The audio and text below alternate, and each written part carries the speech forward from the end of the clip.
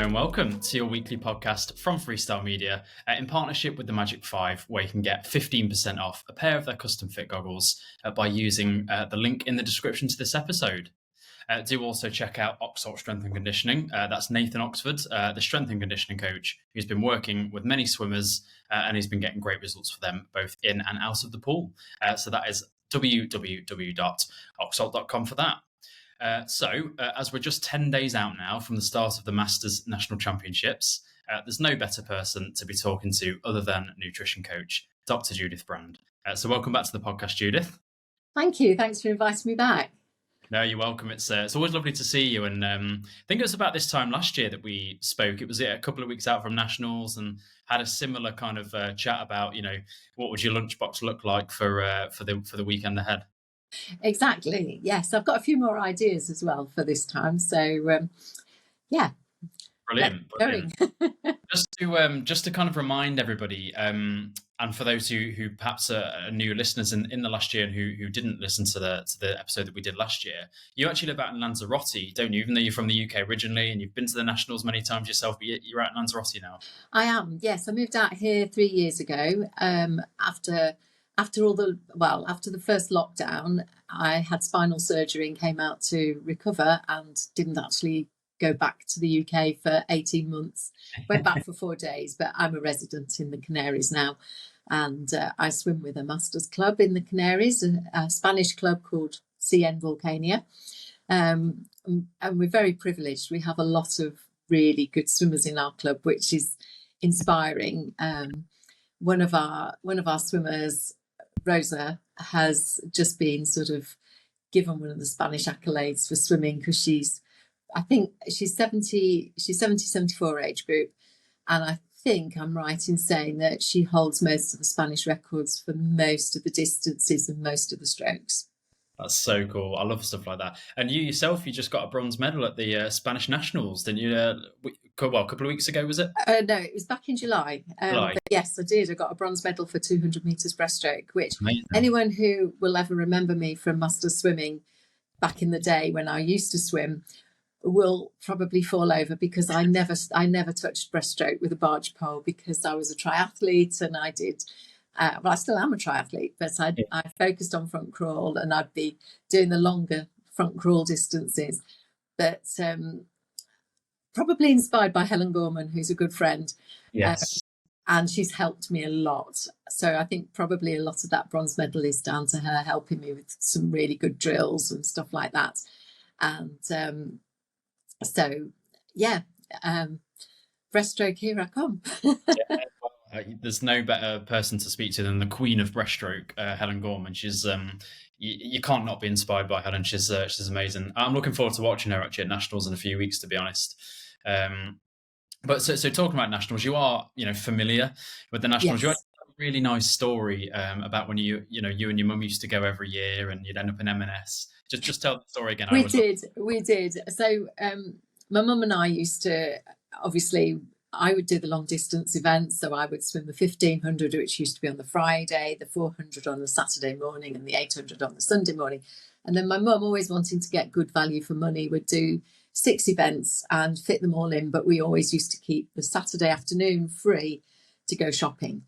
And we'd always end up going to M&S. And it was always, the Nationals is just after my birthday. So the idea was I would get my birthday present.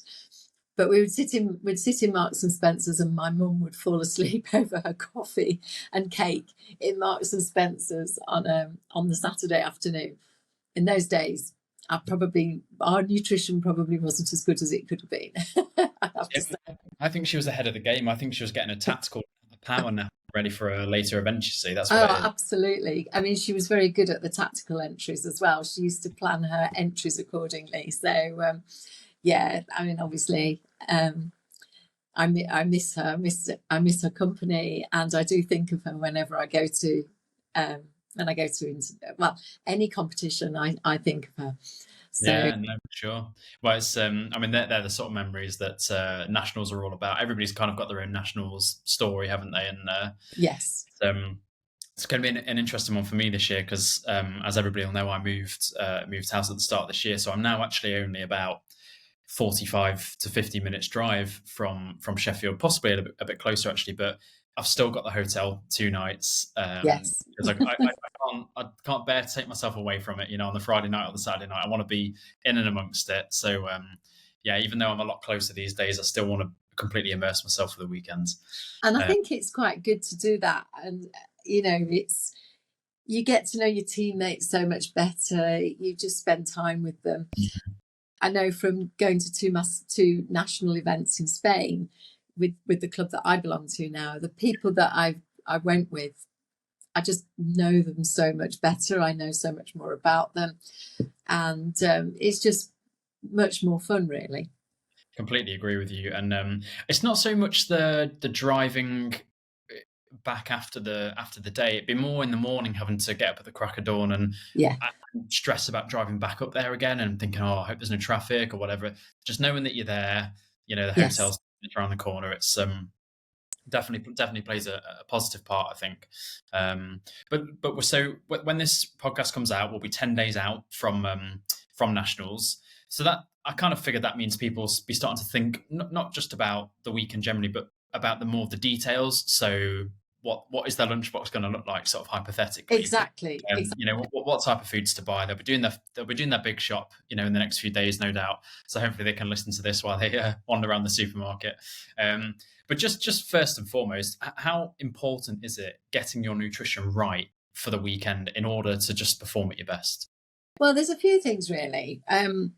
Hydration as well is important, because remember, the pool is always really, really hot, and you probably need to drink a little bit more than you normally would. If you're depleted in either your hydration or your nutrition, you can't perform at your best. And obviously you've trained all year to go to the nationals, and what you want to do is get the absolute best out of the event. Yeah. It's a fairly long series of events, so it's longer than if you're just going to an afternoon counties or sort of short meet. And because it takes place over several days, you need to think about your nutrition over several days. And it's very easy when you're sat on poolside, especially, to perhaps not get that bit right. Most of the swim events that people are doing are going to be short and sharp, so you want to be thinking about instant energy almost. Yeah. And I've got a lovely story here, because I always take some flapjack to competitions, because it's got sort of some long-lasting energy and some short-lasting energy, and I find it quite useful to keep going between races. Flapjack it doesn't translate in Spanish. The closest it gets to is a word that means prostitute. So when I when on the WhatsApp group it said, Judith, you're going to be doing 3 relays, I put in response to that, don't worry, I'll take the flapjack. Oh, so God. my Spanish teammates went and looked it up and sort of went, oh my goodness, what's she bringing? So just an entertaining story about poolside food. So flapjack is an important. I find that quite a useful fuel to have, and I usually make one that consists of honey, butter, obviously oats, dried fruit. I put desiccated coconut in it. Really, those sorts of foods, and cinnamon, so that there's quite a bit going on, and I make quite a large amount.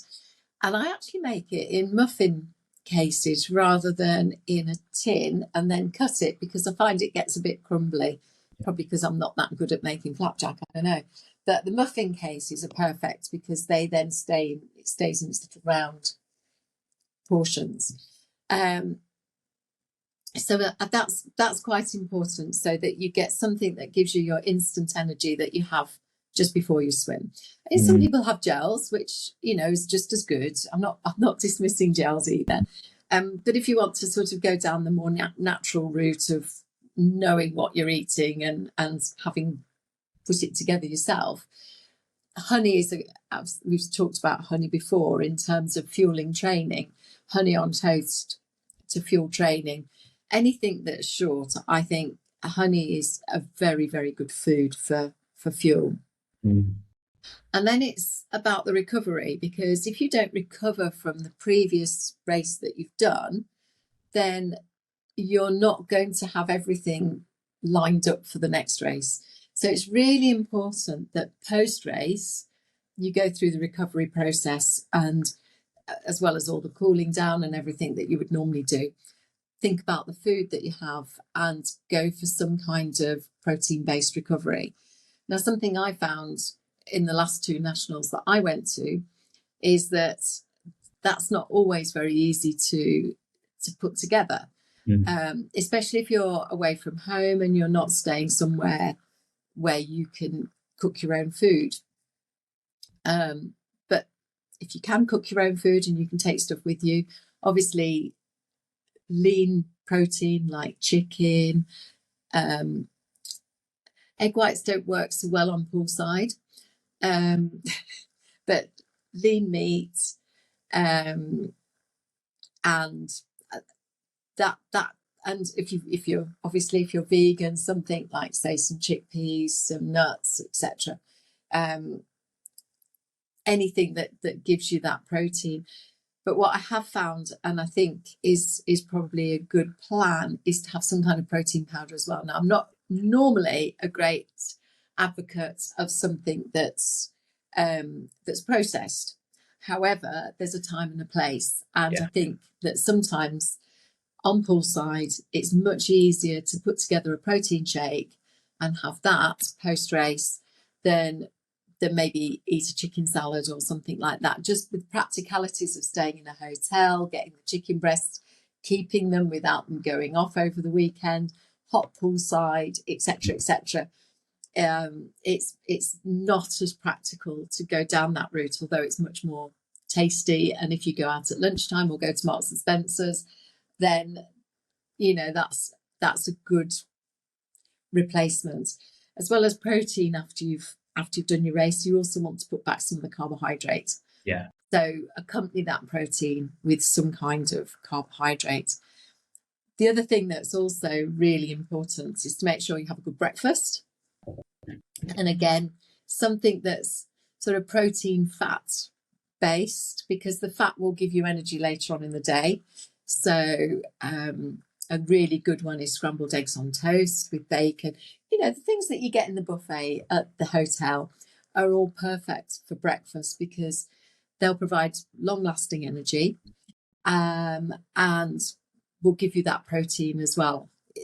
I think it's very easy to ignore protein, and it's interesting because most people probably don't eat enough protein. I know we talked about this last time as well, but in the diet in general,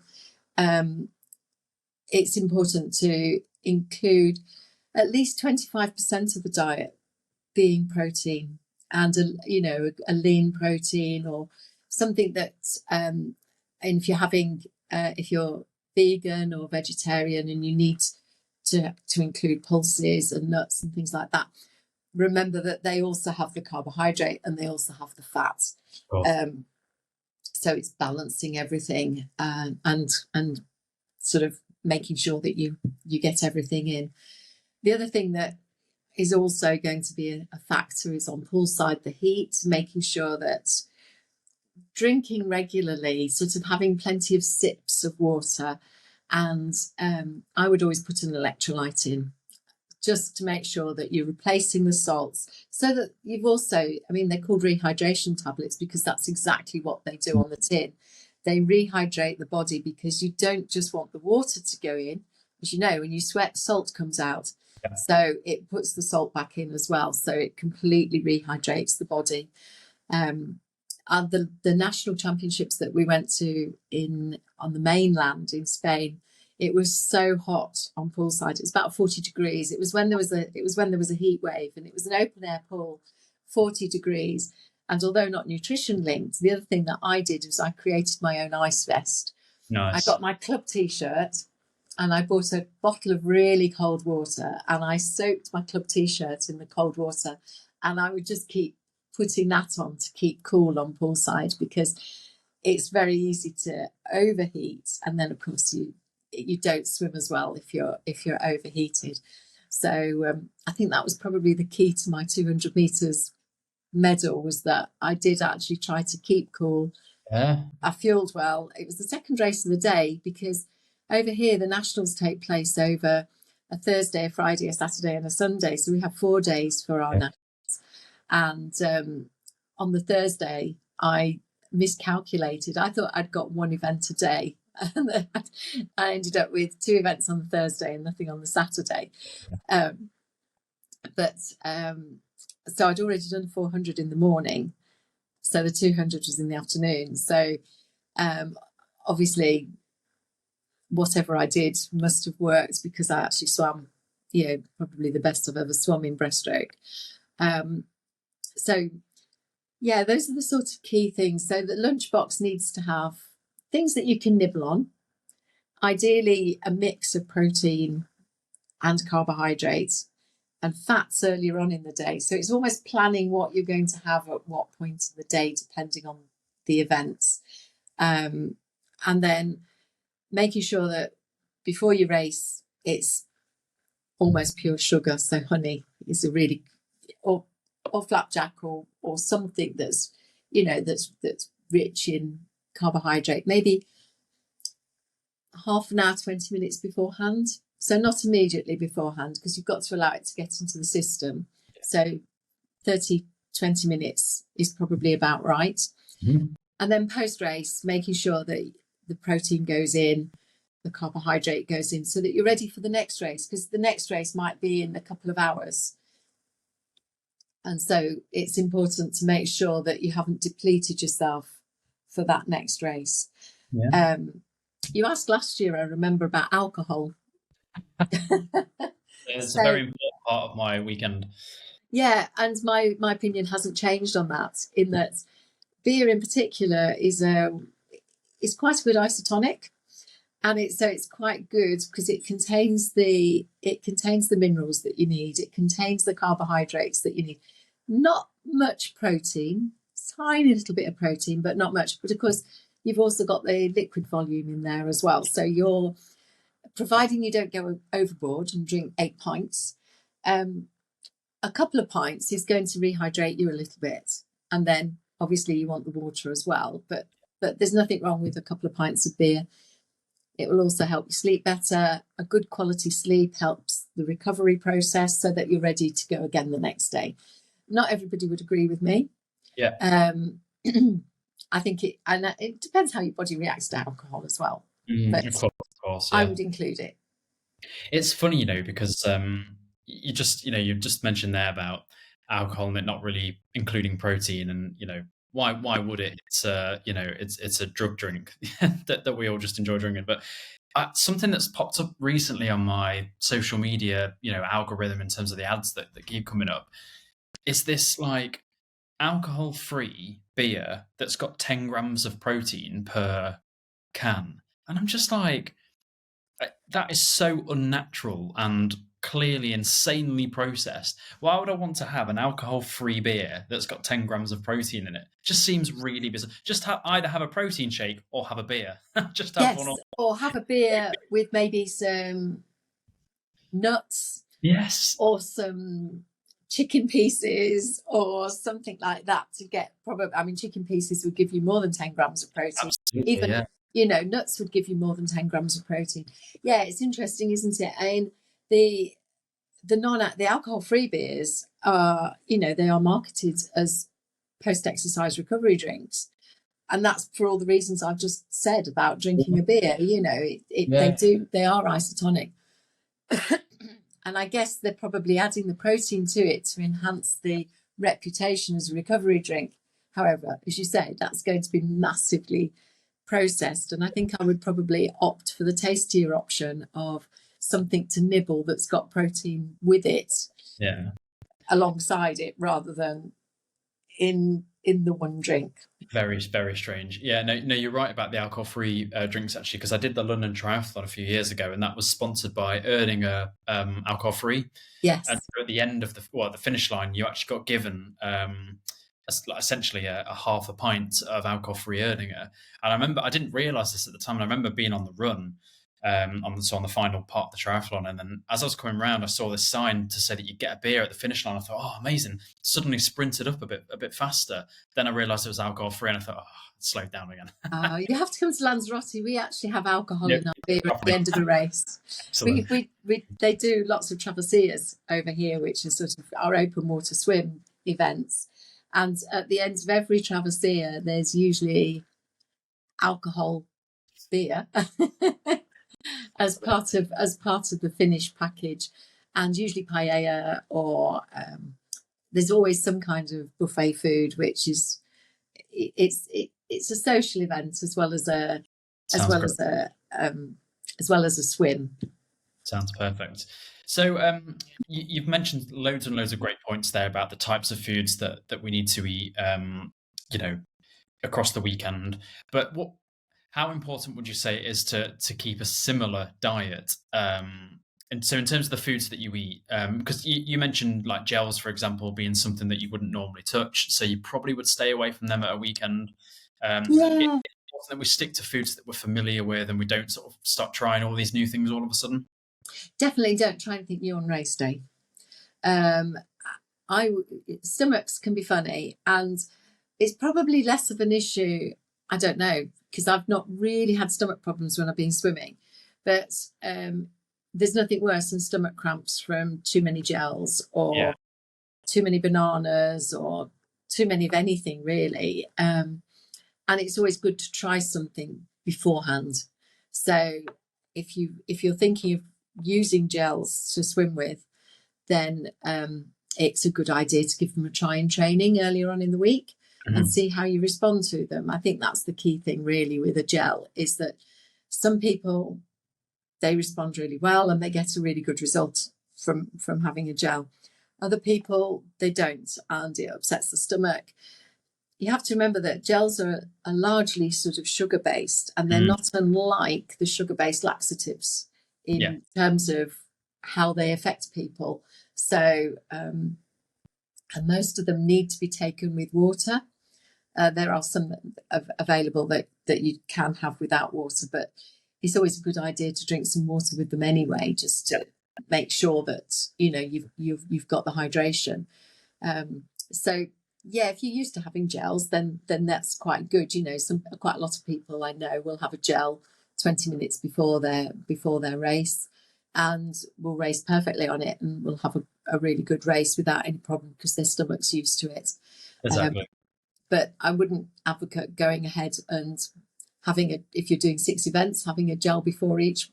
Well, you could do if you're used to it, but if you're not used to it, it could have a negative effect on the stomach. Whereas if you're used to having something like honey on toast before you train, or something like that, then some honey. I don't know if you can buy them in the UK, but you can buy a squeezy bottle of honey in the UK. So a squeezy bottle of honey, and you can just put some honey into your water.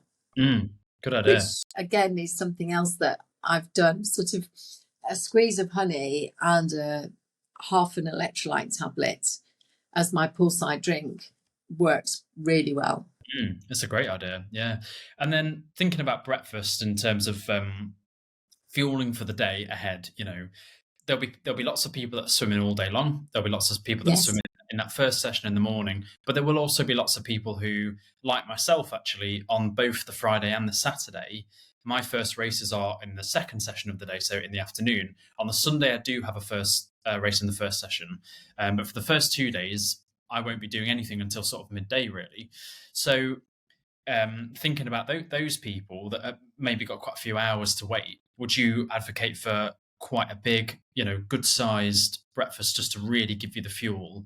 And then actually you can let that digest over the next few hours. You don't need to keep nibbling for a while. And you can pretty much just have a nice big breakfast, leave it at that until you get to poolside quite a few hours later, and then you might want to start sort of grazing through the day.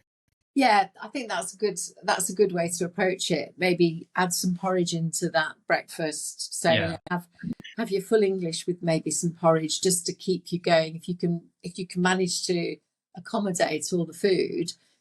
Some people, they can only eat a limited amount. But if you can eat and then top it up, keep topping it up, because obviously in the first session you're not even going to get in the water. You might do some dry land work, but you're probably not going to be actually getting into the water. And then when you get into warm up, you probably want to do some. The other thing that you might want to think about is, and people will do this as part of a warm up, but maybe not sort of think about why. But if you do some explosive efforts, that opens up the engine. And then if after you've done your warm up and your explosive efforts, you then have your flapjack, your honey, or whatever, then that sort of you've opened up the engine to accept that food in, and in theory it then has more impact. Yeah, of course. If you're somebody who has, because you talked about tactically picking events and stuff, if you're somebody who is, say, for example, you're racing twice, maybe 3 times in a day, but maybe you're only swimming once per session. So there's 3 sessions a day, morning, afternoon, and evening. So it might be that you've got a good 4 or 5 hours between each event. If that's the case, if people have planned in that way, what are your thoughts on? Because I'm just thinking there are a lot of people who will probably just eat 3 meals a day in their normal life: breakfast, lunch, and dinner. 3 decent sized meals. Probably not much of a snacker. Yeah, they might have one snack, but they're not sort of grazers throughout the day. In terms of keeping that familiarity for your digestion and everything like that, if you've got very well spread out races, what are your thoughts on saying we'll just stick to a breakfast, a lunch, and a dinner? They're good sized meals. You might just take an extra banana or some honey or something like that, but generally speaking, 3 meals a day. Absolutely. So, if you're lucky enough and that your races are at the end of each of those sessions as well, that gives time for the digestion to take place. So you have your breakfast, and then maybe you're swimming at, say, 12 o'clock, and you've had your breakfast at 8 o'clock. So that's nicely digested. So just before you do your race at 12 o'clock, top it up with a bit of fast-acting carbohydrate, like honey or a gel, and then go for lunch. But make sure the lunch has got lots of protein in it.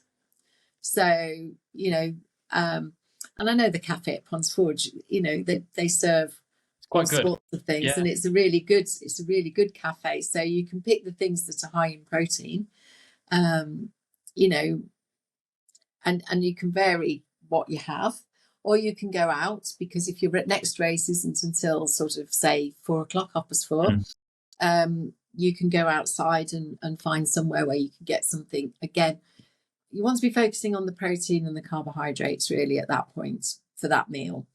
And then when you go, and then before you do the, say, 4 o'clock race, you have another top up, bit more flapjack, bit more honey, bit more gel or whatever. You do that race, and then you can have another meal after that. Or it may be that your evening race is fairly early on, so you might want to leave the meal after the 4 o'clock race, but just top up with something like a protein shake, and then have a meal after you finish racing. It's always difficult when you're racing late at night, because then eating after a late race, or even after late training, is really difficult. I think that's probably where a protein shake comes in. If you're doing a late evening session. Again, over here in the Spanish sessions, sometimes they don't finish till quite late, and going out for dinner late always throws my body clock, because I'm used to eating early. Of course. I've told this story before actually on the podcast, but we had a situation last year in a relay on the Saturday night where the event ended up running over loads, and we'd actually booked a table at a restaurant for, I think it was about 8 o'clock or something, or 7:30. I think it was 8, and we were still doing the relay at like 7:55, or like we were just about ready to go and do it. And I don't think we'd managed to make contact with the restaurant to tell them we were going to be late. So our plan was the person who does the first leg of the relay gets straight out and goes to the restaurant. So the person who did the first leg didn't even know what the outcome was. Oh no! Literally, the idea was you swim, you get out, and you go. So like we didn't sort of stand there collectively as a relay team at the end of the event and go, hey, whatever our time was, we like got to the restaurant and then did that's how much we were sort of running behind. I think another something interesting to think about, and again, interested in your thoughts here in terms of just being quite tactical with your meals, because I often see, at swimming events, and I'm thinking more about the events where it's a one day. You see people on the lunch break, you've got maybe an hour before the next warm up starts, and you might not have a race for another hour after that. So you see people having a big lunchbox worth of pasta, tuna pasta with some sweet corn or something like that. But it might be that you prepare something like that, and then you realize, actually, I don't have a big window in which to eat this. So it's probably a good idea to just eat a third of it, and then top up later on with another third, and later on with the final third. Yes, exactly that. That was exactly what I was going to say. And that's something that, again, I've done that when I've travelled to Canarian Championships, where I've had, been able to take the food with me. I've known that it'll keep for that day, but probably not for the next day. And I've taken a Tupperware with food in it, and had some just before I've nibbled at it, sort of almost nibbled throughout the day, and had portions of it, because it's better to have. I still think it's better to have your own food if you've cooked it, than wait in a queue for food. If you've got it there, then that's perfect. And for people who are staying in a hotel where maybe they've got a fridge in the room, you could actually prepare everything in advance. But half of the fun of it is going out to eat, particularly in the evening. I think, I would never say sit in your room and eat a meal, because that's a bit lonely, and that's not why you've gone to the Nationals. You've gone to the Nationals for the social side of it as well. So all the Italian restaurants are just booked out with the swimmers to have pasta and pizza, isn't it, at the end of each night? Absolutely. Or what about is the Chinese buffet still working over the road? Actually, I'm not sure if that's still on. I've never been there myself, actually. Oh, when we used to have, I can't remember which competition it was. It was one of the one day competitions that we used to have in Sheffield, that was sort of like a local one. But when I was with Gainsborough Masters, we used to go to the Chinese over the road. Nice. That sounds good. Have a buffet, which was always a good post race thing to do. Yeah, one of the conundrums that I've found over many years now as a master swimmer, and I don't know if other people feel like this, but for some reason it's something that I have struggled with at times, is getting that balance right between eating enough and not eating too much. Yes. Because I've had races where, I talked about the kind of pasta at lunchtime thing, and then I've, typical me, I've gone and done the whole lunchbox, and then I'm racing, say, an hour and a half later. And especially when you're in a swimsuit, it does not feel good to be bloated and to be stood behind the block and just think, I just do not feel great here. And then equally, because you're so conscious about not feeling like that, you don't eat enough. Do you have any kind of strategies on how to make sure you get the balance right there? I think the only way that you can work out what that balance is to practice it. Yeah. And to know what your body can consume and what you can do on that. So you've almost got to eat a large meal and then maybe go and do some training within that window afterwards, and find out, can you do it or can't you? And if you've only eaten a little bit when you go training, do you have that hollow empty feeling and you can't sustain stuff to the end of the session? And then that you've got to put a bit more, because everybody's metabolism is different. So what works for me isn't going to work for you.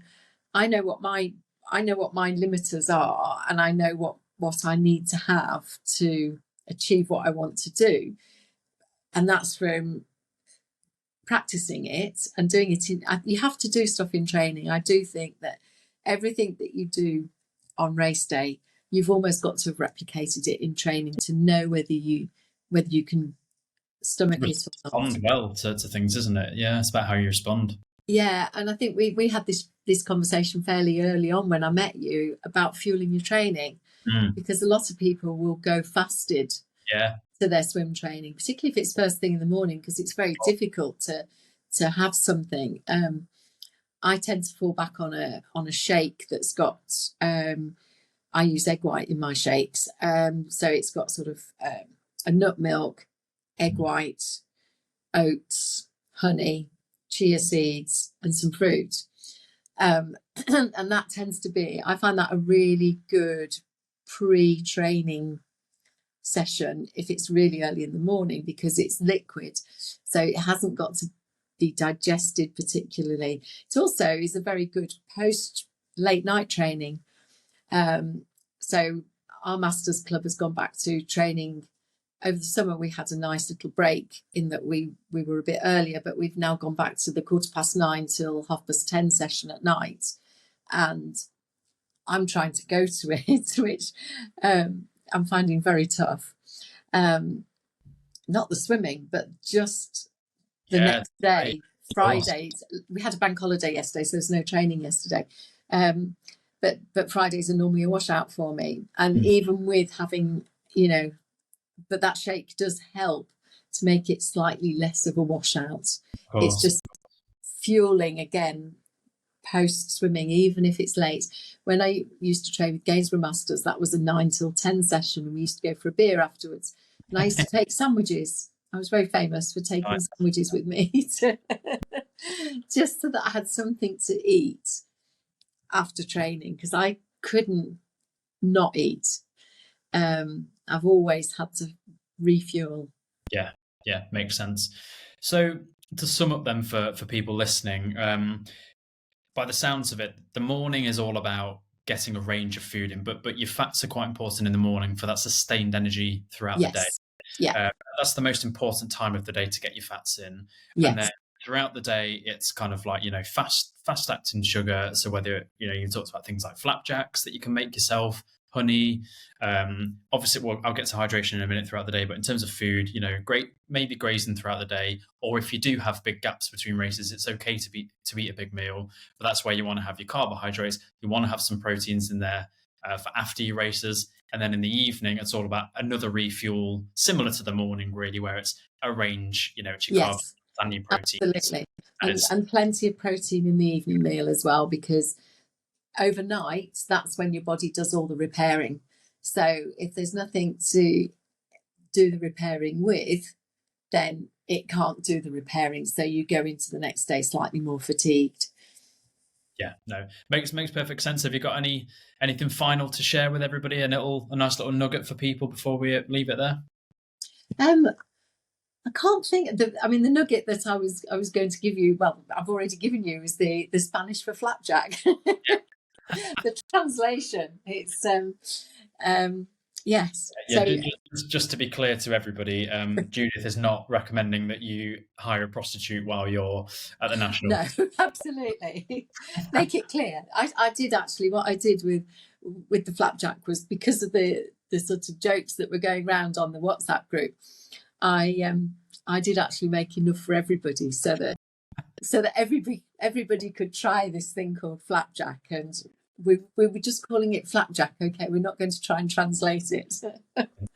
So and they did, and they enjoyed it, and it was nice, because it's part of that bonding, isn't it? Exactly. Yeah, it was probably a good job that you said that, and then they all found out that it was that it meant something else, because you probably got closer to them very quickly than you would have. Yes, and the way to everybody's heart is through the stomach, usually. Absolutely. Thanks so much again for coming on.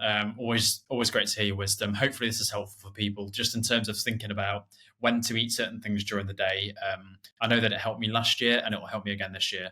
So thank you, Judith, for your time, and hope to see you soon. You're really welcome. And if anyone wants to, feel free to put my email address on, so that if anyone wants to contact me for any more information or any other help, then I'm very happy to help people. Absolutely.